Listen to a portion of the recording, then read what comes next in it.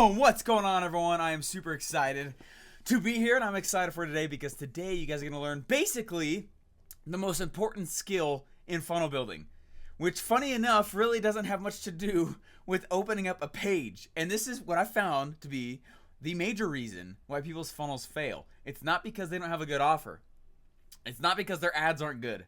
It's because there's literally no emotional connection. So if you have not gone in and watched Russell's training today, please go make sure you do that. Hey guys, I got a really quick story for you real quick. Didn't need to say quick twice. Okay, check this out. You guys see that American flag back there? There's an American flag right back there. I don't know if you guys see it. It's hanging on the wall right there. I've got my home studio right back here. Over on the side right there is a big black drape that goes from top to bottom to where I do all my filming. And then I got all these floodlights all over the place, okay? Anyway, one of them's kind of covering back there. There's an American flag right back there. And what do you guys think the retail value of that flag is? Like if you're going to go to the store, what's the retail value of a flag? Like, what would you pay for it? Like, if someone was selling it, I don't know, $20, $9, someone said $9, $40, $15. Okay, yeah, right? Sounds good. Now, what do you guys think the manufacturing cost of that flag is? $3, $2, 50 cents. Yeah, with shipping over from China after that. right? 10 cents, right? It depends exactly, right? So we agree that there's these certain areas, right, of value. We can assign a certain level of value to that flag, okay? I love the flag. I was in the Army. I did big fan. Okay? That flag though, right? If you go and you think about it, it's like $40-ish, right? Maybe $40 retail value. Let's say you go and get a collector's one or whatever from the internet. I'm sure if you get one like a nice case, it might be more than that. But they're not crazy expensive. Okay? And then if you think about the actual cost to manufacture thing, watch this. I want to shift the value of that flag, not just because it's the flag.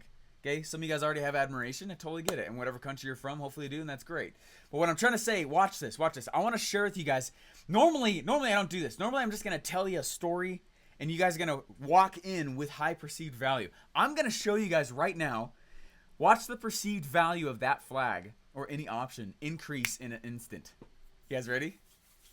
Okay, now that you guys know that it's coming, watch for it. Okay. What if I was just to tell you? So I was the oldest of 6 kids, right? And in a lot of my teenage years, like a lot of teenagers, I was kind of a screw up. But I went through and I ended up getting my Eagle Scout Award.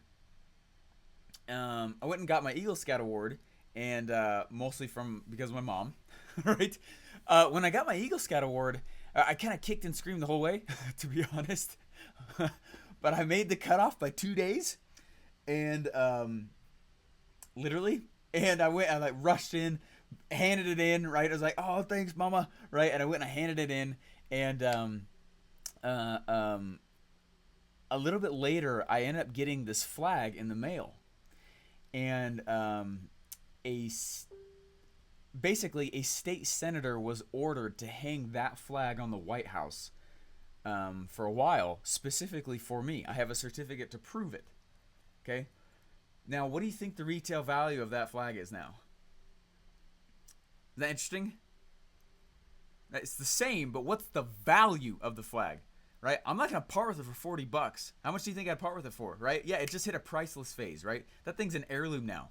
A state senator was actually ordered, I have the certificate, was ordered to hang that flag on the White House specifically for me. They took it off, folded it up, and sent it off to me. That's crazy. Right? It's going to be hard to assign value like that. Now, why did that happen? Okay, here's why. It's because story amplifies value. Okay? That's something you can tattoo on your forehead. Just understand that, okay? Did the flag have value by itself already? Yes, from a retail perspective, but even from a perspective of some, maybe manufacturing materials, right? We even assigned it, maybe like $1, maybe $2, right? Maybe. I doubt it. It's probably way less than that even. Okay? The flag already had value itself. What amplifies value is story.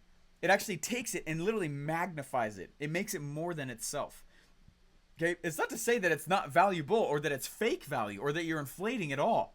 But what you're doing is you're coming in and you're saying your story literally amplifies and highlights, right? It's like the highlight reel for the thing that you're going to drop on in. And most of the time what I found is that people do not have offer problems. When I go in and I'm looking at someone's funnel and it's not working, it's usually not because, oh, like you should do all this stuff with the offer. Like that's true and that stuff kind of works. But man, the bigger issue, the real issue is the story. There isn't one, right? The story, or they're getting into, and they get into this logic space. Like, well, you should buy me because these features are best, or this flag has little gold rings on it where you can actually hang it from different places. Or we're gold. Does that make sense? The story amplifies value, and when you start looking at it that way, and you start understanding, like, okay, this is where I actually make the sale, not because they see the product, right? It's because of the emotion they experience as they see the product. That's what does the sale. Your product doesn't sell itself. Okay? All right, so think about this. Okay, so what we're going to do is we're going to walk through the Epiphany Bridge script today. And I want you guys to understand why this works so well. So if I can go in, and I wrote down a whole bunch of things here. I want to make sure I hit with you guys today because this is key. This is like the most key lesson in the entire thing. Like, you can go out, you can build a funnel, you can put all the pieces together. If you don't nail this, your funnel's going to suck, like bar none. Regardless of how much experience you have, regardless of what you've done, you have to be good at the story thing, okay? It's like your need to be a hard closing salesman just dissipates the better you are at being a storyteller. Yeah. All right. So story amplifies value. That's the first thing I want to tell you guys about. You got to get back to this place. You guys, as the sales process is happening, right? The first thing, remember we talked about, it's the framework. As I see something new, I start to think to myself, holy crap, right? And it's all subconscious. Is that going to hurt me? Right? Flight, freeze, right? Should I eat it? Should I mate with it? Right? Right? There's a massive kind of like conundrum that goes on in the head. What drops walls is familiarity, right? If something is familiar, it's no longer new and it drops those walls. So one of the easiest ways to actually go and drop those walls is with story. Okay, so what you got to get good at is you got to figure out, someone's already asking the question, so I'm going to just address it right here. If story amplifies value, right, what you need to do is you need to increase your value in the story, okay? There are, and I want you guys to write this down. I know I'm kind of going all over the place right here, but I'm trying to hit multiple things, and we're going to tie it all together, a nice little bow. Sound good? There are 2 introductions in any sales script. Not one, there's actually 2. The first introduction that the brain needs to get over is, what the heck is this, right? That's the introduction of basically you, right? There's the first. It depends. Sometimes you can do you. They're interchangeable. As long as there's both of them, it's fine. Okay, but any good sales script has got 2 intros. The first intro is, let's say, you. Who is this person speaking to me? Like, I've got to know. Please resolve that in my head somehow, and it will actually stop the sale if you do not answer that. Right? It's the reason why you could have the best story about your product. You could have the best offer. You could have the best funnel, but people still are like, "Who's this guy?" Right? Who is this that's talking to me right now? And so you have to be able to go in. You have to do an intro, first of all, intro of yourself, and then you intro the actual product. Okay? So we use the Epiphany Bridge script as a way to cause epiphanies in somebody's head that drop walls. Okay? It's the same script. Someone's like, well, what's the difference between an origin story and Epiphany Bridge script? There's no difference. We just use the Epiphany Bridge script to tell your origin story. Okay? I use the Epiphany Bridge script for every single episode on my podcast. I use the Epiphany Bridge script for every single time I'm interviewing somebody. I use the Epiphany Bridge script anytime I have to do like from off the hip stage speaking I wasn't planning on. If I go to something and someone's like, hey, what you talking about? Crap, I didn't prepare. Hey, Epiphany Bridge script. Let me tell a story and then whatever the nugget is at the back. Okay, I found that the more I get better and better and better at this Epiphany Bridge script, guys, it's used in so many places. Right? It's used and it's effective in so many ways. It ends up being the blueprint for how I can persuade the human brain the best. Okay? This Epiphany Bridge script is like, I feel like they could have just taught this in college. I could have just walked away after that. Like, I use it everywhere. And the reason why I use it all over the place, like I said, is because it literally is the highest way to actually influence the human brain moving forward. Okay? You guys getting this so far? I'm kind of going all over. Let me tie in a nice little bow here coming up. Okay? Okay, so here's what's interesting. Bow it. Right. Okay, with these Epiphany Bridge scripts, you have to go in and here's the thing, right? People have asked this question several times. How did you get to work with Russell Brunson? Now, if I just sit back and I'm like, hey, I got to work with him because they offered me a job and I said yes. Like, that's not a sexy story, right? You don't follow me because of just that. It's like, oh, that's so mainstream, okay? Just like a product that goes from, like, you don't want to be a mainstream product and you don't want to be a crazy zone product either, right? There's the prolific zone. If you guys haven't heard this concept, make sure you're going and reading the books, okay? We're going through it and, like, you don't want to be mainstream, right? Your storytelling and what you're doing and the way you've acted and the way you've become who you are, right? You don't want to be mainstream. You don't want to be crazy and be like, yeah, I walked into Russell and I threatened him and he gave me a job. Like, that's nuts. You know what I mean? Like, the storytelling, there's a prolific zone though, okay? And the prolific zone is most brought out with this Epiphany Bridge script, okay? People need to know why you're doing what you're doing. They need to resolve that in the head. And funny enough, it actually is one of the easiest sales platforms ever that you start walking in, okay? There's no difference between a sales script and a story. There really isn't, okay? Sales scripts and story, they're the exact same thing. That's why we say hook, story, offer, hook, story, offer, hook, story, offer. Hook, how do you get someone's attention? Story, sales script, offer, the actual product itself, okay? Present it as an offer, okay? So what I'm trying to get to is that people, here's the key. The way to be, and again, I'm going all over the place. Let me keep going here, okay? What you need to be able to go do is you need to be able to get people to feel what you, example, I'm saying too many facts. I can feel it right now. We need a story to break this up, okay? I can feel that. And you'll get good at that, okay? I can feel I'm saying too many facts. Funny enough, guys, every time somebody says, just give me the nuggets, Steven, just give me the nuggets, and I actually just give the nuggets, no one remembers the nugget. If I take the nugget and I wrap it in a story, they suddenly understand it. If I go 80% story, 20% golden nugget, you guys remember it. If I just go straight nugget, you guys forget it.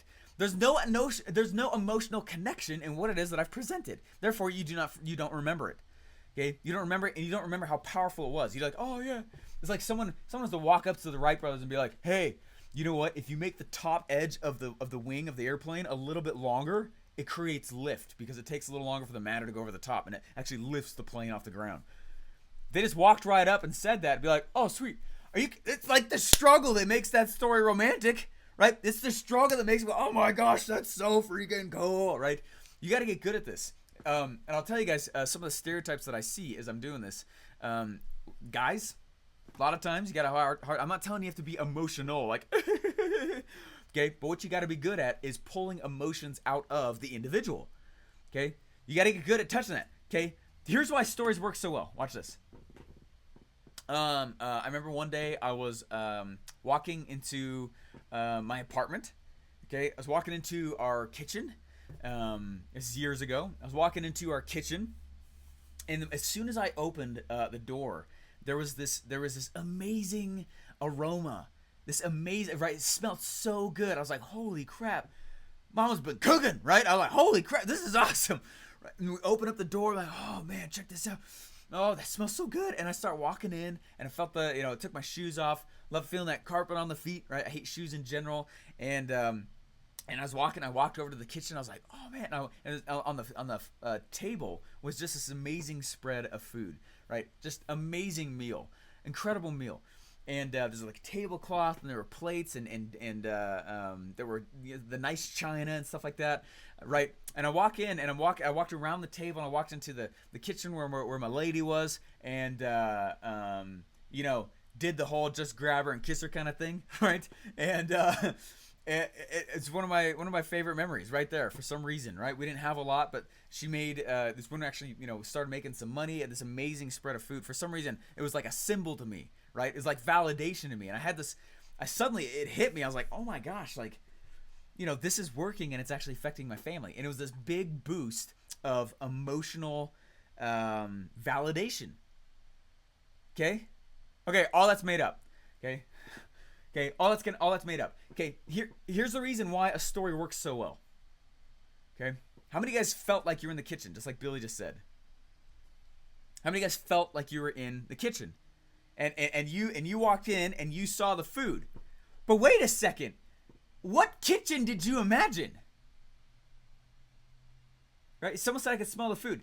You all imagine your kitchen, okay? You all imagine your carpet, taking off your shoes, walking through and smell whatever food smells amazing to you. I didn't even tell you what it was, right? Whatever, oh man, and then going through a little bit of the emotions of the internal conflicts that have been going on. Oh, I just want to make it happen, right? And then a little bit of the externals. Oh, does this make sense? Does it make sense? This is like, oh, you were moving with me? Okay, right? This the power of story, you guys. And the reason why this matters so much and we just pound it like crazy. I'm going to hit you guys with story over and over and over and over and over, okay?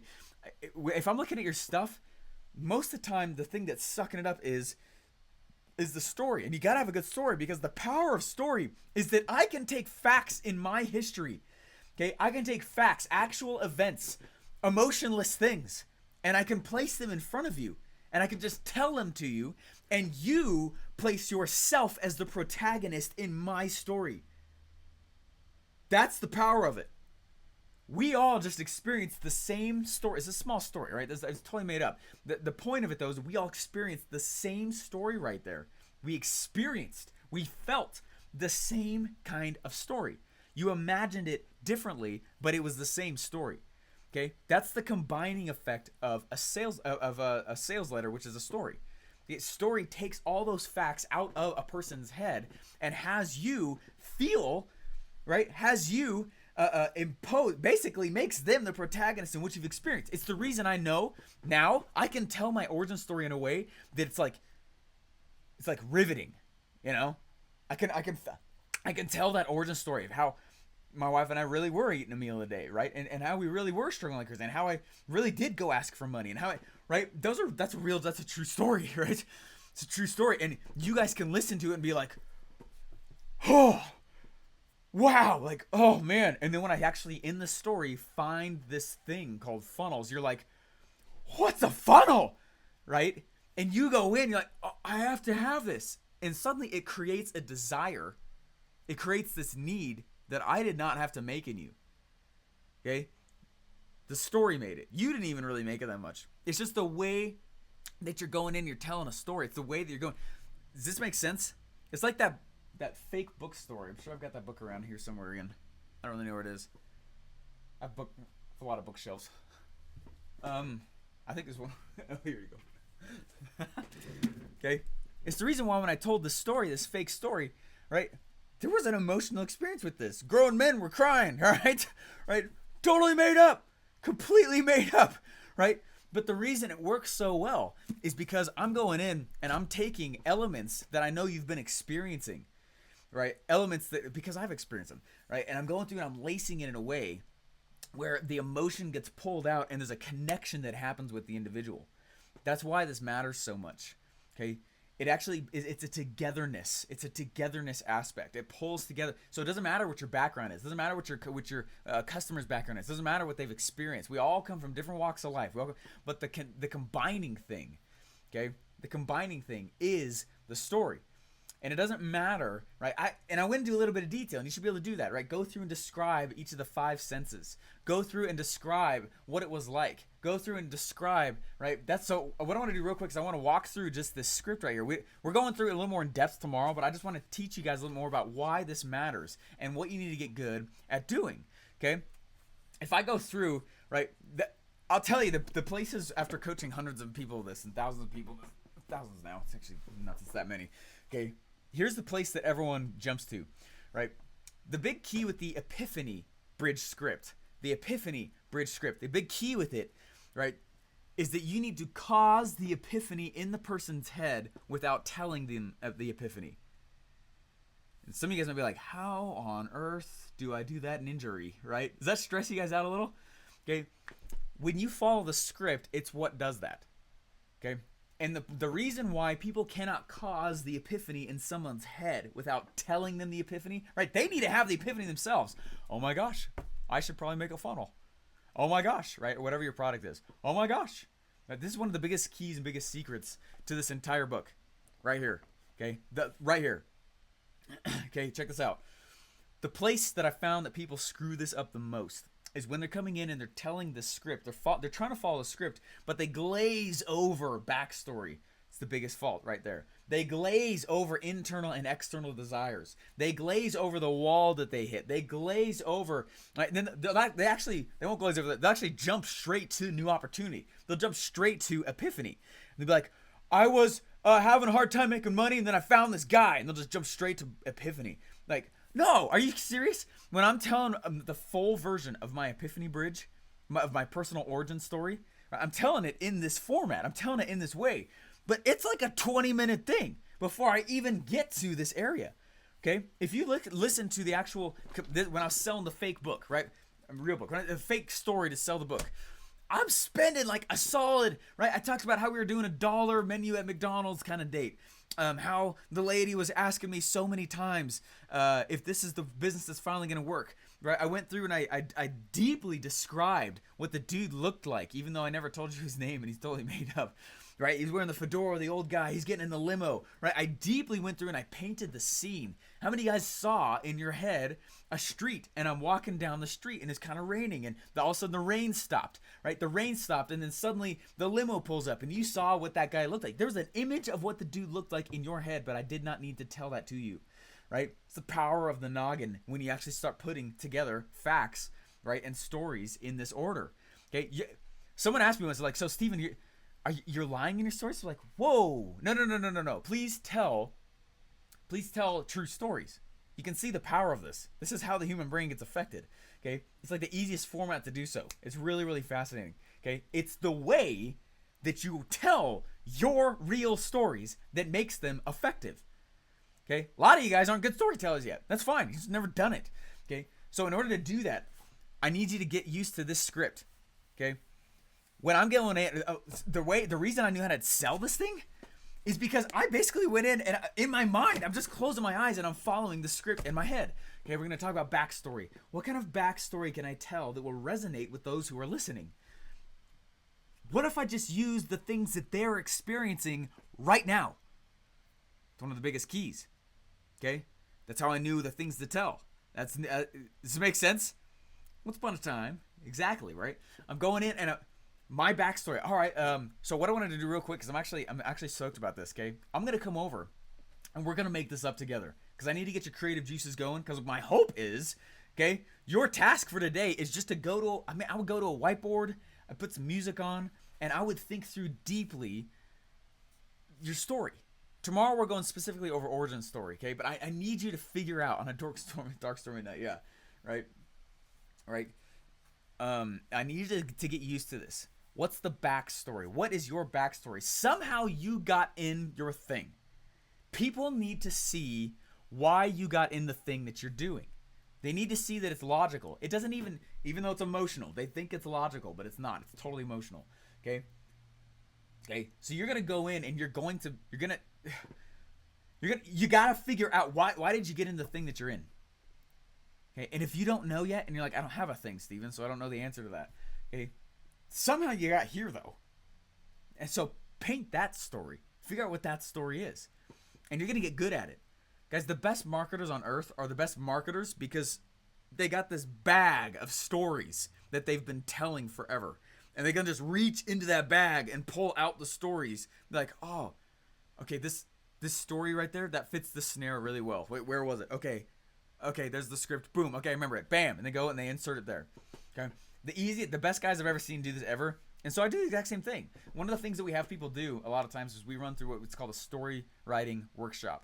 And we just start writing out all these crazy cool stories that have happened in your life. And it's just the way that you present the story that makes it effective, right? Oops, right here. Right? It's the way that you present it that makes it effective. So page 114 in Expert Secrets, okay, right here on this side, actually is a script for walking through. Steve, you're not serious, right? Me, Steve? I'm totally serious. Okay, check this out. Okay, the backstory, right? What's the backstory? You know what's funny is I've actually sent this script to people that I want to interview. Okay, I didn't know what to say at the beginning of my podcast. I didn't know. I don't know. I didn't know how to talk. So I was like, what if I just got people to talk for me? And all I did is I sent them this script. All right. Okay. What's your backstory? What was it you're trying to accomplish? right? What are your external desires? Oh yeah, externally I'm like, oh man, I'm gonna make this sweet business. Internally I'm like, oh man, I'm freaking out. I don't know if I can do this. Am I good enough? Am I worthy for this? Is this something that's actually attainable for me, right?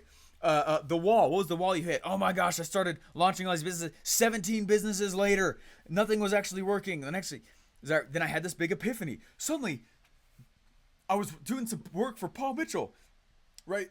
And I realized I could send a lot of traffic, but it wasn't converting. And so I started asking myself, what's this?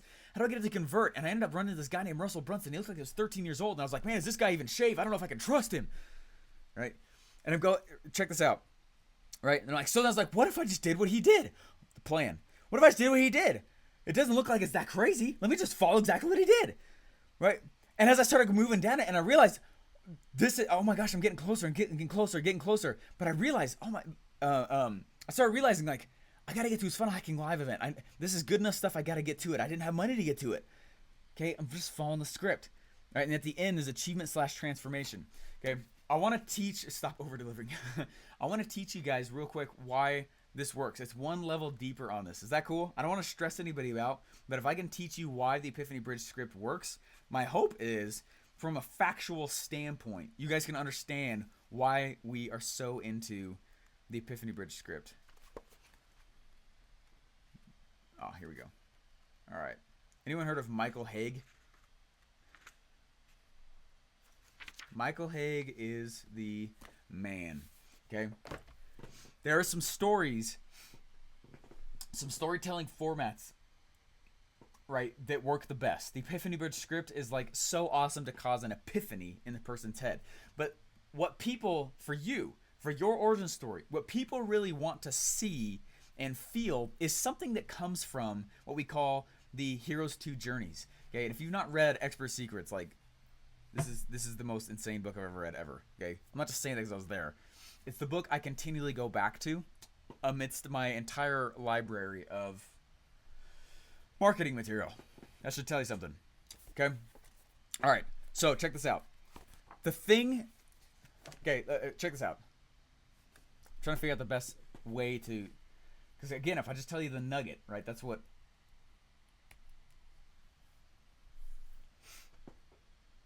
I'm trying to figure out a way to, you know what? Let me walk through the example that's in the book here. Okay, check this out. So this is from the Hero's 2 Journeys. Okay, Hero's 2 Journeys.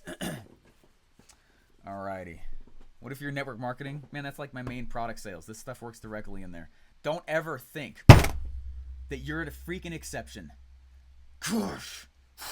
This book is not about info products and it's not about webinars. This is how to sell. Whoa. My Atlanta stresses me out by the beard of Zeus. Woo! This works whatever you're selling. Oh, baby. Someone give me a little feedback here. All right, here we go. Check this out. This is the Hero's 2 Journeys. All right. The biggest thing, right? You got to understand, every story comes with a character, a desire, and a conflict, right? A character, a desire or plot, and a conflict. I'm a character, right? I'm a character anyway, in the true sense of the word. Right? I'm a character, though, and I have a desire, and I make that publicly known, and there's a conflict along the way. That is literally the core of any story. Like, there's no other way. Right? We need drama. There's no other way to distill what story is down even further than that. Right? Character, desire, conflict. That's it. Okay? Check this out. I say that in a good way. No, me too. I'm a totally character because I've learned to become an attractive character. Okay? I had to learn this. You guys can learn it too. I only graduated not even 3 years ago from college. You understand? Okay? This game can happen quick. I'm trying to tell you that because of how quick the whole thing can happen for you if you just drink the freaking Kool-Aid. Oh, man, it's delicious Kool-Aid. Oh, man. You guys are going to love. Anyway. Please, anyway. Drink the Kool-Aid. Here we go. Okay, the first 10% of any story needs to be a thing that actually creates rapport. Okay, you need to create rapport in the first 10% of a story, or people don't care about you the rest of the story. Case in point, okay, I liked Star Wars before it was cool, and Disney bought it and made it a thing. Okay, I don't know if you guys saw one of these most recent Star Wars movies. I can't even remember the name of it. It was terrible, though. It was terrible. It was a stupid movie. I hated it. It was a dumb movie. Okay, I love Star Wars too, right? I really liked it, but it was a bad story. They did not follow this script. Okay, this script comes from Michael Haig. Okay, check this out. No, it wasn't the solo. Anyway, I'm excited for that. But it's coming out. Okay, Michael Haig was using this script, right? This is Michael Haig's format, the Hero's Two Journeys. Will Smith was taking some courses from Michael Haig, and he went through and he started going in and he started looking at this format, and he was like, "This is incredible." He goes and he contacts Michael Haig and gets Michael Haig over, and this is the script that created the movie Hitch, okay? And basically every single Hollywood script after that, okay? This story, this is the freaking script, okay? You understand? This is very, very powerful. This is very, very powerful, okay? And here's what's happening. The first 10% of any movie needs to be about rapport building, okay? The first 10%. Right? Somehow the protagonist needs to be shown as a victim, in jeopardy, likable, funny, powerful. Now here's the rule. If I can get 2 out of 5 of these in the first 10%, 2 of the 5 of these emotions in the first 10% of the movie, you will care about the characters throughout the rest of the story. If I don't, you ever watch a movie and like the main character dies and you're like, meh, right? I don't really care, okay? It's because they didn't do this piece, okay? Where you built victim, jeopardy, likable, funny, powerful. Okay? Which ones do you guys think I portray the most in my origin story? Definitely not really victim, but people could feel that way when in the part in the story where my dad says, "Oh, I can't give you any money," right? Like, oh my gosh, wow. Jeopardy, my origin story has jeopardy all over it. Likable, I'm kind of a goofball, and I know that. And instead of trying to hide it and think I got to be a professional, I just made it. Here's the whole key to being an attractive character. Just be you, louder. Dunzo. Okay? All right. Funny, totally ties in with that. Powerful, it's not really my thing. Guys like Garrett White, Tony Robbins. I guess when I yell, people can look at it that way. Does that make sense? Okay. What I got good at, and what you need to get good at, is when you're doing the Epiphany Bridge script, the part that people screw it up in. Okay, the part that people screw it up in is in the backstory, right here, in the backstory, they don't do any development of the rapport. And so when they drop the epiphany, we don't care because there wasn't enough conflict ahead of time.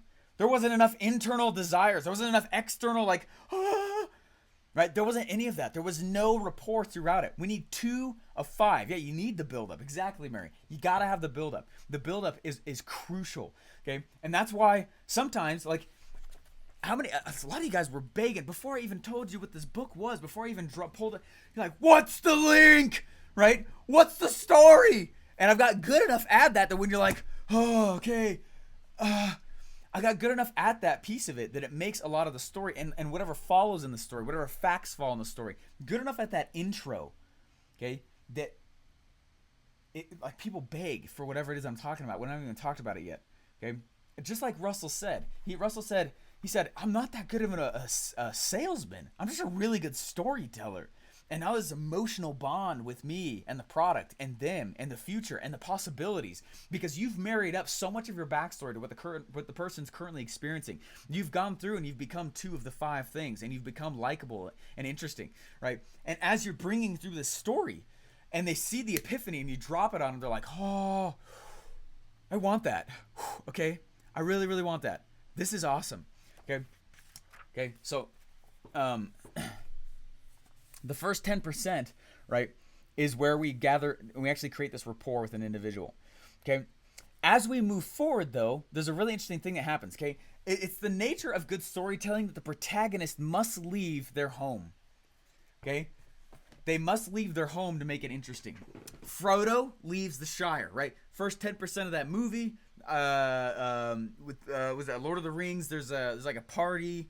There's some funny things behind it with Merry and Pippin, right? If you guys remember that movie at all. Guys, go in and look at any story. Go look at any movie that you like. Watch the first 10% of it and look for things in the script that made 2 of the 5 emotions happen in you. At least 2 of the 5, okay? About 10% in, but the first 10% of the movie, it really has nothing to do with the plot usually. You're just gaining rapport and likability. Maybe a little backstory, right? sets the stage just a little bit, depending on how they do it. But after the first 10%, there's this really, really cool split that goes on, that really happened. Okay, there's this external journey that happens. This is the hero's 2 journeys. Okay, the first journey that the hero goes on is a story that's external. What am I physically doing? What are the facts? Right? What are the facts of the story? Right? I went through, and you guys, you know what? Actually, the example in this book here, right, is of the movie Cars, right? Lightning McQueen goes in, the first 10% of that story, Lightning McQueen's going in and he's getting, there's rapport. You see he's a little bit in jeopardy. He's actually kind of a victim. He's actually made fun of a lot. And he goes in, you're like, oh, I connect with this guy. I've been in scenarios like that too. That's why they do that, right? So when you go in and he goes on this external, I'm going to go win the Piston Cup. I'm going to be the best. As you're moving forward, right? As you're moving forward in the story, he goes on this journey. And he goes out to, was it Radiator Springs? Right? And he goes out, he's at Radiator Springs, and he's a victim, and you're like, oh, this sucks. And he starts having these little tiny epiphanies of what really matters in life, right? By the end of the story, he could win this Piston Cup, and he's about to go win, and he stops right in front of it. Remember this? Okay? This is where the second journey comes in. Okay? This is extremely important. This is very powerful. Please hear me clearly as I say this. Okay? He could win. He could achieve the thing. He could save, rescue, redeem, right? That's everything at the end of the hero's 2 journeys, right? To win, redeem, rescue, escape, stop, right? All these things that you're trying to go get in the end. I just needed extra $1,000 a month to live, okay? I just needed to go in and lose some weight. I just needed to go in. I finally wanted some friends. I just needed to go in, right? Whatever it is, right? This thing that they wanted to go and achieve at the end right here, right? Achieve, retrieve, win, escape, stop. Okay, this is the journey of transformation, or the journey of achievement, and the one that people really need though is the second journey. Okay, we all think we want to know the story. Well, what happened next? Well, what happened next? Well, what's the next fact? Well, what's the next fact? What's the next fact? Just like everyone thinks they just want the nugget. Just go straight to the nugget. Steven, give me brass tacks. What is it? Right? But if I go straight there, or if the story goes straight there, it's not a good story. The story fails its whole purpose. So you got to get good at the second journey. The second journey is the journey of transformation. It's where the essence of the individual shifts in front of the audience. Okay? The essence of the individual must change in front. Now I'm going deep right now on this a little bit, okay? So anyway, Lightning McQueen, right? Racing up to the end of he's going to go win the Piston Cup. He stops right before he could win, turns around, and he goes and pushes a buddy across and goes, you know what? It's just an old, empty, rusty cup. Okay? Whoa. That's the reason we like that movie. Because we watched a transformation happen. Not just something of achievement. And as he's going toward, and as he's going to hit the thing, to realize something that's higher. Higher calling, higher value, higher whatever. Right? It's that second thing that we want to see. Okay? And if you can cause that in people's heads, that's when they're like, oh my gosh, this is huge. This is huge. I'll do whatever this guy needs. Oh, a sweet offer to help me pull this off too? Oh my gosh, yeah. Right? That's how we do that. That's why it works. Okay? So just to look, this is huge. It is freaking huge. All right? This is literally how to control people's minds. You understand? I did it to you. Okay? How many of you guys have heard that you got to be believing in what it is that you guys are selling in order to actually sell it, right? You got to believe in it in order to sell it. That's true, but I know the frameworks well enough. I can sell crap I don't believe in, because it's not. That's what I'm trying to share with you guys right now. So keep believing the things that you're selling. Please use this for ethical and moral reasons. But this is so powerful. Okay, check this out. So the way to pull off the hero's 2 journeys is with the Epiphany Bridge script. The way to tell your origin story is with the Epiphany Bridge script, right? The way to have the achievement and transformation both happen. The way to have a backstory, the way to get rapport, the way to is with the Epiphany Bridge script. That's why we talk about it so much. Okay, it's the thing that causes all of those epiphanies. It's the thing that, right? Yeah. Salesman's secrets right here, exactly. It's the thing that, I wish I understood this as a door-to-door salesman. I got too married with the product, right? The first half of the summer, I did really, really well. I was one of the top guys, and I was getting 2 to 3 sales a day, which in door-to-door sales was really good, and I was making it rain, man. It's awesome. Halfway through the summer, I started learning about the product too much. It's not that I was learning about the product too much. It's that I started believing the product is the thing that made the sale. And so I got to the doors, and I stopped telling people the story, okay, the script. And I went straight to fact. Well, here's why the product works so well. And here's why it'll kill your bugs. And here's why it'll kill those wasps. And this is the reason why it kind of time releases. And here's the freaking chemical compounds. And I went too deep, too deep. People don't need to know that. They don't care. What they're looking for is an emotional connection, right, that strokes that everything's okay and drops those barriers. And the way to do that in every one of your products, I don't care what you're selling. I don't care if you're trying to get leads. I don't care if your point of sale is on the internet or afterwards on a phone call. Okay. It is through creating a story that creates emotional connection, right? Going through internal and external desires, going in and describing some walls. And funny enough, guys, they don't always have to be your stories. Okay. It's better if they are, but they don't have to be. Okay. And then you can go and then cause the epiphany. Then you're going through, okay, what's the plan? What's the conflict? And then we have an just like this. It's the exact same way that this is presented, guys, right? Backstory. What are you doing there? Getting 5, right? There's the rapport. Trying to get 2 to the 5. Internal, external desires, right? This is where we're going in. It's the first 10%, and we kind of hit this as we move forward. Anyway, right? We actually start hitting a wall. That's the point of no return. That's like 50% through the story. We hit a wall, and it's a big wall. And how do I know that the wall is a big wall? Because it's the wall that the people listening to me have most likely felt as well. That's why it's the wall. That's why I've crafted it to be the wall. Okay. And then I go in, and in the darkest moment where there's barely a glimmer of light, oh my gosh, there is a glimmer of light. What is it? And I realize someone brought me through it, right? I met somebody, some guru that you're never going to hear about again. Someone who came in and swooped in and said, oh my gosh, right? They came in, they told me this epiphany, and now suddenly I had the plan. And as I'm working the plan, I realize I'm getting more results. It's so incredible. But I hit another roadblock along the way. And I started seeing, right, achievement. This is the hero's 2 journeys. And I go and I achieve by the end something that's on the outside, but I internally, my essence changed somehow with transformation. Does it make sense? What's up? Okay, so that's the whole point of this, because we can get you guys just to follow the script. So what I did is the beginning of every one of my episodes. What I did, we told you guys to publish yesterday. I just freaking used the Epiphany Bridge script. I literally had a legal pad on one side. I wrote down all the 8 questions, page 115 in Expert Secrets, okay? I wrote down all of the questions, right? What's the backstory? What's the internal? What's the external? What's the wall? What's the epiphany? What's the, right? And I went through and I just filled it out. And I pretty much just freaking read the legal pad, okay? And I was like, this is so cool. Oh my gosh, this is amazing. And I just read it. And people were like, your content's so good. And I would go in and I would just tell the story, and I got good at doing it with bullet points after a while. And I would just bullet points. And I'd follow the bullet points. And at the end, I'd tell the nugget. I'd tell the thing that's like oh my gosh, that's a super cool hack or whatever for funnel building or whatever, right? And as I kept going, the framework got more and more ingrained in my head. And I started finding my voice and started realizing how I speak. And I started realizing, right, I started owning my own voice. I started owning who I am. I started owning, and it's like freaking Shrek, right? Ogres are like onions, okay? It's the same kind of thing. You gotta peel back. It's already in there. You know how to talk. But most of the time, there's all these layers from society telling you, no, don't talk like that. No, rule. And as you start going, you'll find your voice. You already got it. You're gonna find the voice. It's in there, and it's the way you're telling the stories that gets the most impact and actually fuels your progress in peeling back those layers. As you see the progress, you're like, oh my gosh, I need more progress. And you move forward and faster.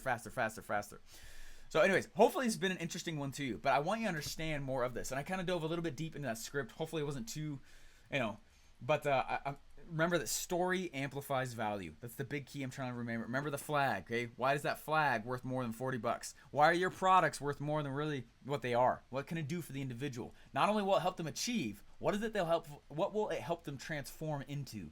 And when you start lacing in stories like that, you start telling your origin story like that, and you let people know, look, this is why I'm doing what I'm doing. And that's an Epiphany Bridge story. Then you bring up another story. It's like, look, this is why the product is what it is. And you tell the backstory of the product and the history of the red ocean. And you go like, oh man, yeah, I've seen that. Like, I know you have, because I'm just talking about the history of the thing you're already consuming, right? And you're just joining the conversation of the person, right? What's already going on inside their head. And you're going in, someone said I'm at the wall. Yeah, that's like why we developed this program. All right, a lot of you guys have although the facts are different, they're still similar backstories. We know that. That's where you are in the journey, okay? We know that. So when we're coming in and we're crafting this course, when we're crafting this challenge, we understand that I got to get you guys to enough momentum with what you want internally and externally. I got to get you guys comfortable with where you are in your backstory and get you guys having confidence and trust in your own backstory and realizing that you are qualified to do the game and you are qualified. And does it make sense? Too many times people are like, I'm not a professional yet. Yeah, no crap, okay? You haven't done anything yet, okay? Right? Oh, I'm not amazing at this. Yeah, duh, got it. Roger, check. Moving on, okay? Moving forward, okay? Get you guys comfortable enough with your own backstory, where you are. Understand that you are qualified to do this. Getting clear and being open and being vulnerable with your audience or somebody, what your internal and external desires are. If I can get you enough momentum, you will blast through the wall. Okay? And the wall is this challenge itself. It's all the tasks that you're supposed to be doing every day. That's how we know if you're serious about it. Okay? And you go in, you blast through that wall. Bam! You blast through that wall, right? And you start having epiphanies. The epiphanies are what help get you over the wall. Holy crap. It either shrinks the wall and you realize the wall was never a wall all along, or you just blow through it and realize that you could just overcome it, right? Or you can go around it, right? Or around the other way. You go over or under it, or you just blast straight through it, right? Some way, I'm trying to help you guys realize that your obstacles are not actually as large as you think they are, because we got the tools to get around them, or just detonate them, okay? Right? And you come through, then bam, bam, right? You got the actual epiphany bridge. The actual epiphany itself. That's how the game works? How many guys had an epiphany while I've been talking today, right? If you think about it, what I do in every single one of these episodes, right? Every single one of these things, I'm telling stories that break the things I know you're hitting. That's all. I go in and I watch Russell's thing. I see all the places because I've coached thousands of people in this. Oh, I know every one of them is going to hit this. What's the story I can tell with the Epiphany Bridge script that will blast them over that will blast them through this? And what can I give them that will help them do that? What's a tool I could give them? Oh, they probably don't understand how the script works. What if I just teach that? Okay, here's some stories. Let's add in the flag one. That's a great one. I just grabbed it from my hip of all my stories. Let's grab it from that deep pocket, right? And bam, insert, go, play. Tie it in with where you guys are to where I'm trying to get you, and successful epiphany bridge. Successful paradigm shift of the way you see things. It's like freaking awesome. Oh my gosh, so cool. This is literally shifting the way people see the world. I bet if you're actually doing this, it's happened to you. Right? The way you've seen the world, it's different. It's freaking awesome. Right? Stuff's so cool. And if you can learn to do this to the minds of those coming into you, it's like, welcome to actual X-Men. Okay? This is affecting the way people see the world. It's super powerful. But anyway, hopefully this has been helpful to you and you understand why stories are so powerful. In my experience, people trip over and skip over the attractive character. Oh yeah, no, attractive character. What's the new opportunity? I'm like, no, go back. Become an attractive character. And then we go and we create a new opportunity. They're like, oh, let's go back to the new opportunity. And then they just trip over story. Oh yeah, tell a story. It's like, no.